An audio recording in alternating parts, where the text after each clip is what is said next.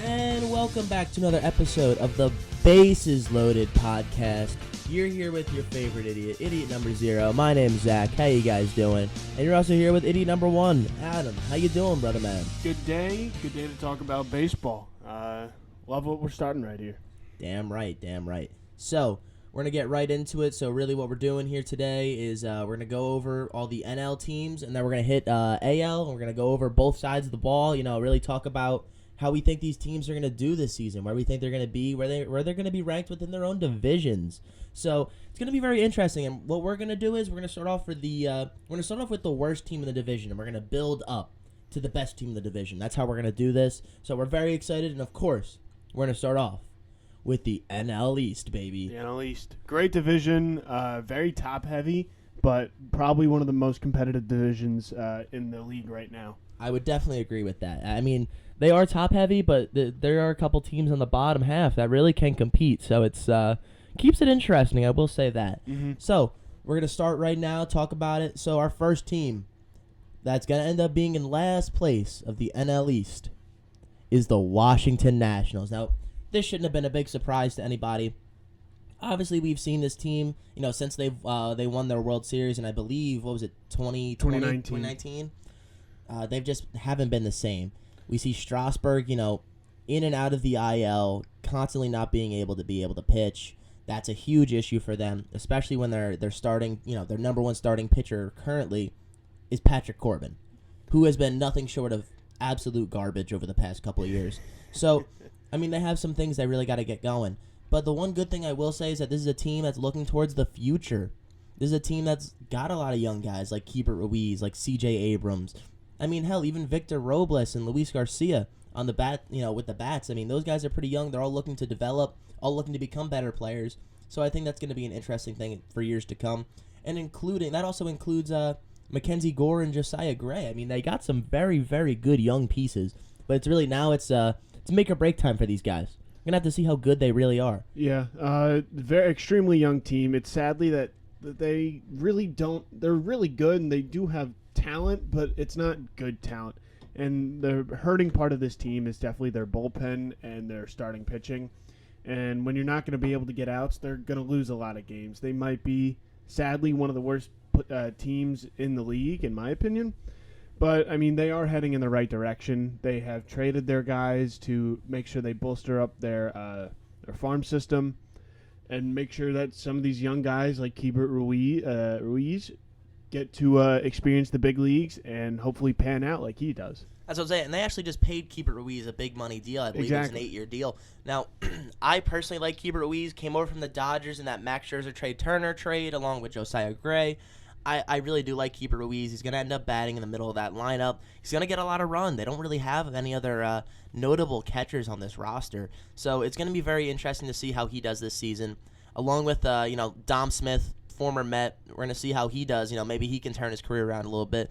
But really, this team is very young. I would say they have an average age of about, 26-ish years old, which is pretty young for any team in the MLB, especially, nowadays where most players might not come up till they're 26. Guys like Pete Alonso did that, and Jeff McNeil didn't come up till they were 26 years old. So it says a lot that this team has a lot of really, really young talent, and they're just trying to see what they have, A guy like C.J. Abrams over from San Diego, I mean, they don't know what they have in C.J. Abrams. He could be a star potentially. So it's going to be intriguing to see how this is a very big developmental year for Washington, but it sucks that they're just not going to be in any kind of competition for any kind of national fan. No competition. The team is rooting for their players, not the team as a whole, because you know that they're not going to be very competitive. So you hope that these players can show signs of some greatness, some skill, some talent. That's what you want. I agree. So, Adam, what do you think in their over-under should be?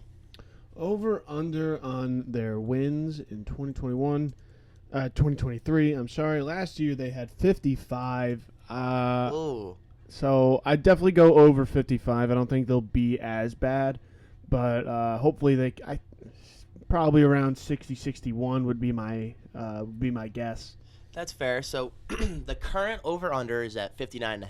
59.5. Okay. Now, do you take the over? You take the under?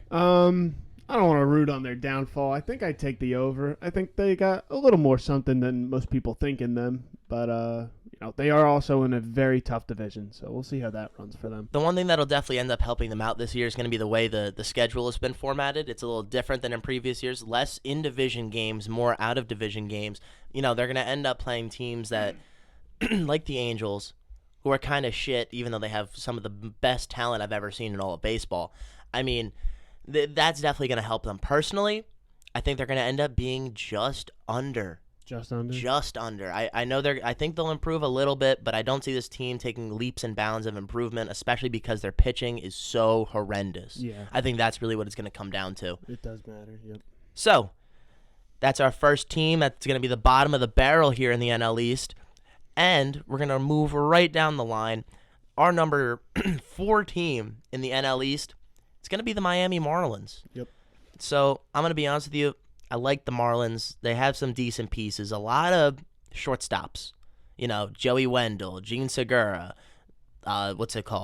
Jazz Chisholm. It's very weird. They got a lot of shortstops in this team. Jose Iglesias, for crying out loud. Yeah. I mean, it's going to be very interesting with Jazz Chisholm's move to center field. It's going to be very interesting to see if, how this team plays. I mean, obviously Gene Segura is a hitter. Obviously Jazz Chisholm is something, I guess. He's on the cover of MLB The Show, so that doesn't mean anything. I hate that, but hey, I guess young talent prevails. But this team is another fairly young team. They have a lot of young talent. Like guys like Luis Urias, guys like Jazz Chisholm. It's going to be an exciting year for them, but I don't know if they're going to really have what it takes on the bat side to get a lot of things done.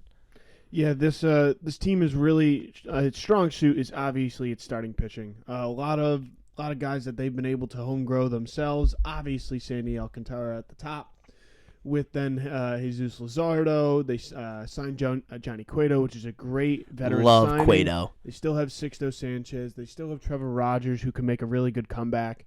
We haven't even talked about Edward Cabrera yet, who MLB The Show, MLB Diamond Dynasty The Show, fucking unbelievable menace out there on the field, So I'm excited to see how his game really translates to the MLB. Yeah, I want to see how good Edward Cabrera is. These guys have a lot of very young, very star-studded young pitching talent that has a lot of potential, so I'm very intrigued to see where it goes. That's their obvious strong suit. For the first 7 innings of any game, you got to get through one of these guys. That is difficult, but the offense at the same time, they have guys that can hit the ball for sure with Luis Urias, Jorge Soler, and even Jazz, but they don't have a collectively well put together group where they're going to actually keep producing runs for this star-studded starting pitching rotation. I agree. I think they're going to have a hard time in the home run department. I think that's really where we're going to see this team falter.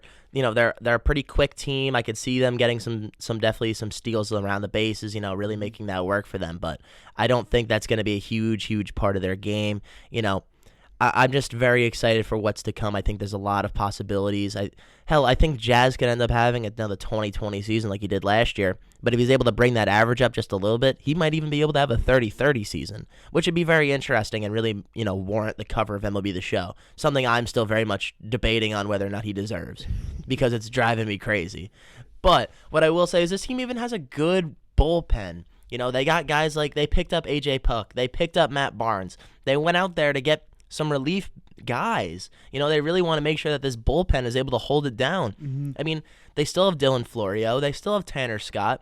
So I think they're going to be able to get something done, get something out of this. I really think that this team has a little bit of potential to make things work. Their starting pitching and bullpen could very well hold teams to 3 and under runs majority of their games. It's just depending on can their offense produce 3 or more runs. They might be dealing with the old school Mets DeGrom syndrome, game in and game out. It's going to be a low scoring game, but how many runs can you score? That's going to be interesting.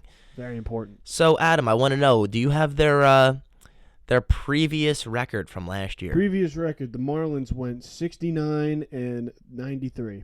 They went 69-93? Yep. All right, well, their over-under for this year is at 75.5 games. So that is a big boost to last year. And what were they at previously? You said 69? 69, and now it's Nice. 75.5.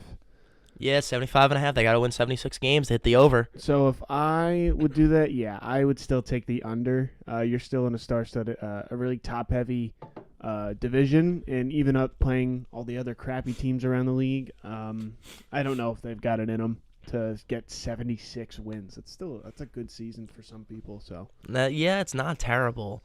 I'll be honest with you, Adam. I think we hit the over. I'm going to hit the over on this Miami 75.5. I think it'll be interesting. I think Miami's a little bit more intriguing to especially to play other teams around the country. I think that's going to really help them prevail, and hit that 76 win mark. I really do. I think they're going to be a very interesting team. So now we had a little bit of disagreement here of who we have for the number 3 spot, Adam. a little bit. I believe you have. Would you like to share who you had with the folks? For my number 3, I have the Philadelphia Phillies, who have obviously made great moves this offseason in signing Trey Turner and coming off of a NL pennant. Really good race into the World Series, too. This team is great lineup and a great 1-2 punch at the starting pitching spot. The only reason I have them at 3 is because I have 2 100-win teams last season over ahead of them, which is right. It makes a lot of sense. I'm not going to even argue that it doesn't. These top 3 teams in this division can go either way. All 3 teams are so good, so well stacked in every spot. There really aren't weak points in either of these teams, and when you talk about weak points on them, they're very small and very minimal. No, I very much agree. I'll be honest with you. I had the Braves actually at my number 3 spot. I think the Braves, they took a little bit of a step back this year. They weren't able to, make as many big splashes in free agency. Now, granted, you don't always need to do that to be a good team. No. But just the things that the Phillies were able to do this offseason really, kind of get that lineup in full gear. I have a hard time seeing, especially with all the additions to their pitching, I have a hard time seeing how this team doesn't repeat and do just as well as they did last year, if not better. Let's talk about the Atlanta Braves for a second here, because I'm really interested in them. Because on paper, they lose Dansby Swanson, and they don't really add anybody else. They lose Kenley Jansen, who had the most saves in the NL. So in your mind, you're thinking that they lost people. They're going on a down. They're not going to be as good, but in my opinion, they are still going to be an extremely good team. Ronald Acuna will be back to himself. Had a little down year last year just because of injury. Matt Olson, I think, can have a bounce back year as well. This offense, everybody can hit. Everybody can hit from top to bottom, 1 through 9, and that is so important in any game possible. Any of these guys can come through, and the top 4 pitchers of this rotation might be one of the league's top 4 rotations in the league. Like Fried, Kyle Wright, Charlie Morton, Spencer Strider. That is disgusting. And I know, I do agree with you there. I mean, they have a very strong top end bullpen, and they even have a very, very good. They have a very, very good starting rotation, and they also have a very good bullpen. Yes, they got guys like Kirby Yates, guys like Nick Anderson, AJ Minter, and Razel Iglesias. I mean, guys, this is a bullpen that is not to be messed with. They have some serious arms here. And honestly, I think that their bullpen is going to be another reason why this team is so good. They're going to really be able to extend these games. I mean, they kind of figured it out a little bit. So I'm excited to see how the Braves do. I mean, they have a very, very strong roster. It's going to be very interesting. I also think it's so funny that Marcell Ozuna is still playing baseball somehow. It's incredible, honestly. It's a Cinderella story a little bit. Cinderella story. I wouldn't call it that. But shoot, I mean, the Braves are a very good-looking team. But let's dive a little bit into the Phillies right now. Kind of keep pace with our number 2, number 3 teams here. Mm-hmm. So I agree with you. I like the lineup. There's a little bit to be desired in their back end. They got guys like Darac Hall, Alec Boehm, Bryson Scott, and Brandon Marsh. I mean, these aren't anything, these aren't names to write home about. Maybe Alec Boehm. It depends on how he's, becomes as an overall player, if he really develops or not. Mm-hmm. But I think that this team just hits. They just hit so well, and then, at some point they're going to find themselves with Bryce Harper back in the lineup when he recovered from Tommy John. I mean, this team just looks so good, and the bullpen got so much better. I mean, you go out there, you get Matt Strahm, you they picked up Matt Strom last year. My bad. But you still have Matt Strom. You go out there and you pick up Gregory Soto, lefty bullpen guy who made the All-Star game last year. Phenomenal pitcher. You go pick up Craig Kimbrell. I mean, I love the things they were able to do to this bullpen to really secure how good this bullpen is and can be. So it's something that I think that they really, really lacked last year, and something that's really going to be a huge vocal point for them this year. They now have 3 to 4 guys that can fill in as that closer spot and close games out, and you can be somewhat safe feeling that these are the guys that you're going to have close your games. And the only weaknesses I would say for this team is, one, behind their 1-2 punch at starting pitching, it kind of drops off a little bit. You got to hope that some of these guys can have a average year. Well, really, it comes down to is Taijuan Walker going to be able to actually pitch a full year, or is he going to do what he's done for the Mets for the last 2 years and really only play one good half of baseball? Exactly. That's really what it's going to come down to. It's going to be, is their starting pitching truly still all there? Now, this team really didn't need a ton of starting pitching last year. They were able to get it done between Nola and Wheeler, and really Wheeler excelled beyond anything that we thought he could be. He's an absolutely phenomenal pitcher. He dominated this year. So I think Wheeler's going to end up having just as good, if not a better season with a team that's in a slightly better position to field. Mm-hmm. I know they no longer have Gene Segura, and I think that's actually going to end up helping them a lot defensively, and it's really going to show in the field. It is. Their defensive improvements are definitely showing. Brandon Marsh is an incredible center fielder. It's that bottom of the lineup bats. I hope that they can keep going and keep improving. They're so young with Alec Boehm and Bryson Scott. Hopefully they can have, again, really good seasons, keep it going from the playoffs, and that's what they're really looking for. The top of the lineup will hit home runs. They'll do what they do the whole season. It's that back of the lineup that you got to hope can keep up with it. And if they start lacking, then that shows a little weakness in this team. No, I definitely agree. I mean, and they got some guys that can get some steals on both Philly and Atlanta. I mean, they have a couple guys who are going to be able to hit that, multiple guys that should be able to hit 20 steals, that should be able to make this interesting. So yeah. I'm very intrigued to see how these two teams do. Now, Adam, give me the Braves record from last year, and I'll give you the over/under. Braves record won the division last year at 101-61. So their over/under for this upcoming season is at 96.5. Now, are you taking that? I would most definitely take that. Interesting. I do like the Braves. I can't. The Phillies did get better, so they got to play them a little more. But for the most part, this Atlanta Braves is a really good team. I'd take the over. It's funny because I'm actually going to take the under on this one. I think they get close to 96 wins, but I don't think I'm sorry, it's 96.5, so I don't think they're going to actually hit that 97 mark. I think that's going to be the very interesting part of this season, is really with how heavily, invested a lot of these teams are on the top end of this division. I think it's going to be very interesting to see what they can do, especially because the Phillies really put so much into this offseason. Yeah, they did. So what I will say is the Phillies are also at 89.5. I don't know. Do you know what they were at last year? Last year they were 87-75. They were the last seed in the playoffs. So at 89.5 games, do you take that?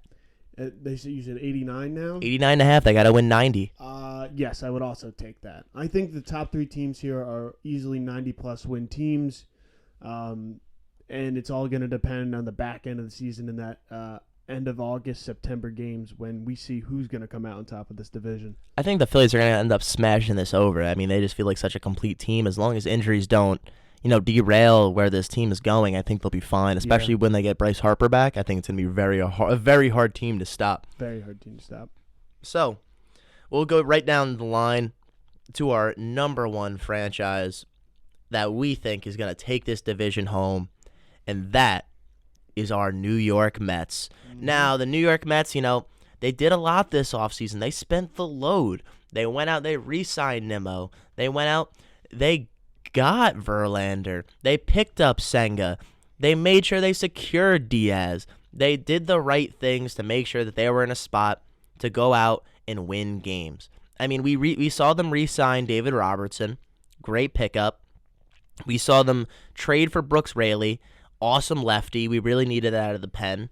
I mean, I'm excited to see where this team goes. I mean, I know we already had an early injury in Jose Quintana, but I'm also not very pressed about that because we have a guy like David Peterson or a guy like Taylor McGill who can step up in that starting role at the 5th spot in the starting rotation and really just do what they got to do. I mean, for David Peterson to be a 5-starter, that says something about how good your rotation is. And I think that's really going to end up being what helps the Mets kind of elevate their game. This is a 6-man rotation. It is incredible how good of talent we have and what we've signed as well.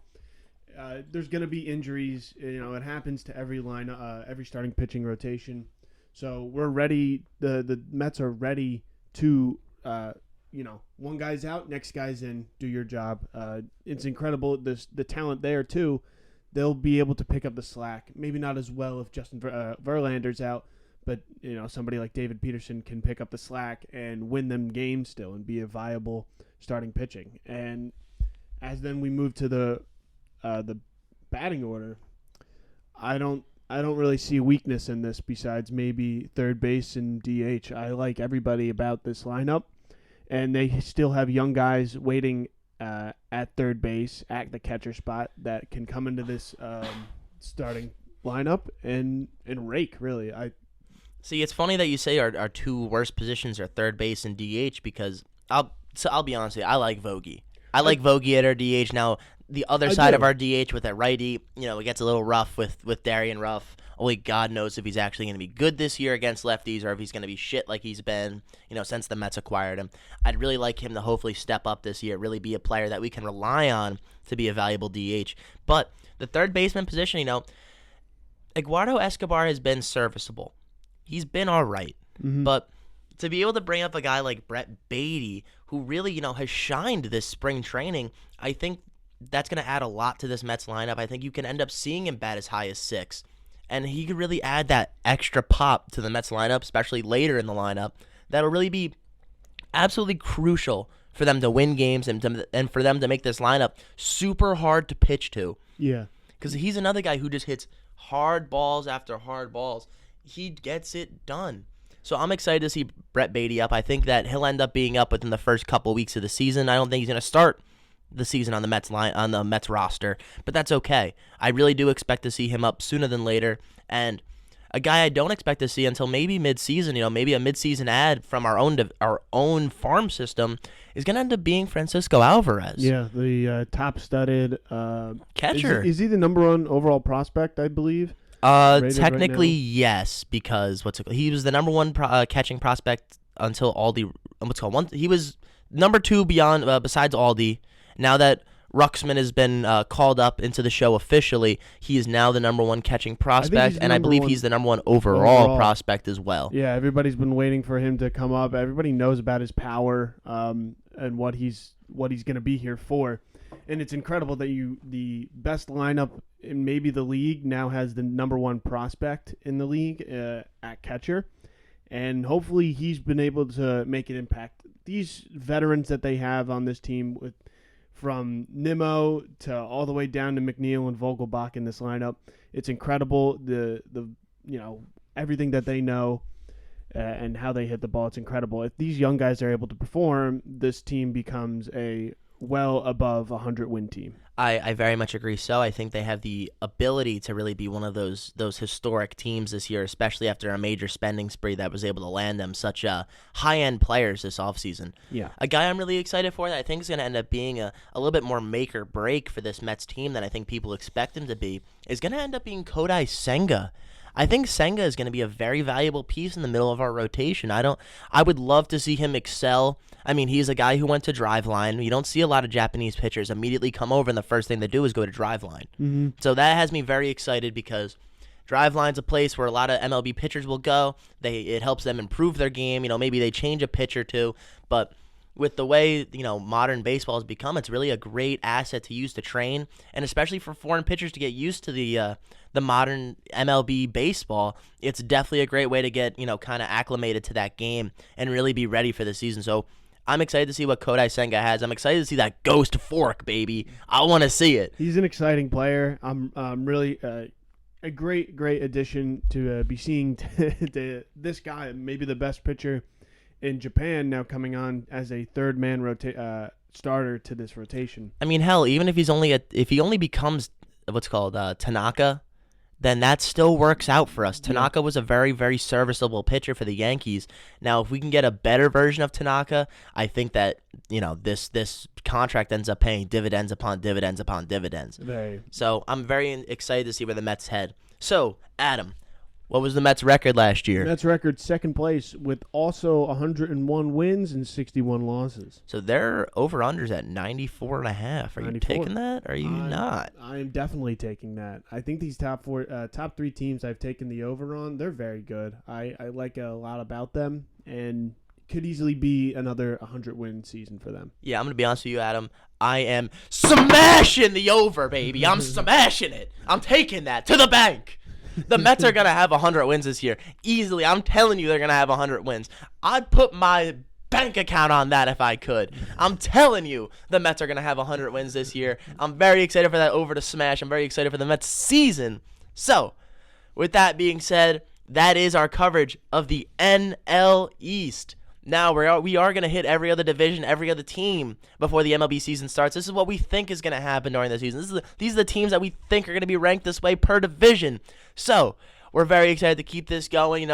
Happy that you support us so we can support you. Get it going and really just absolutely drive home what we want to drive home. Really just be excited and be ready for baseball season. So, Adam, is there anything you'd like to say to the folks at home before we sign off? We did talk a lot about the Mets, and if you want to hear more, we do have City Night Lights that you can also listen into and tune into. We'll be talking a lot more about them.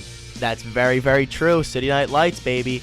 More episodes coming out soon. So, from us at the Idiots Podcast Studio, we'd like to thank you for coming out, listening to us all day. So, have a good one.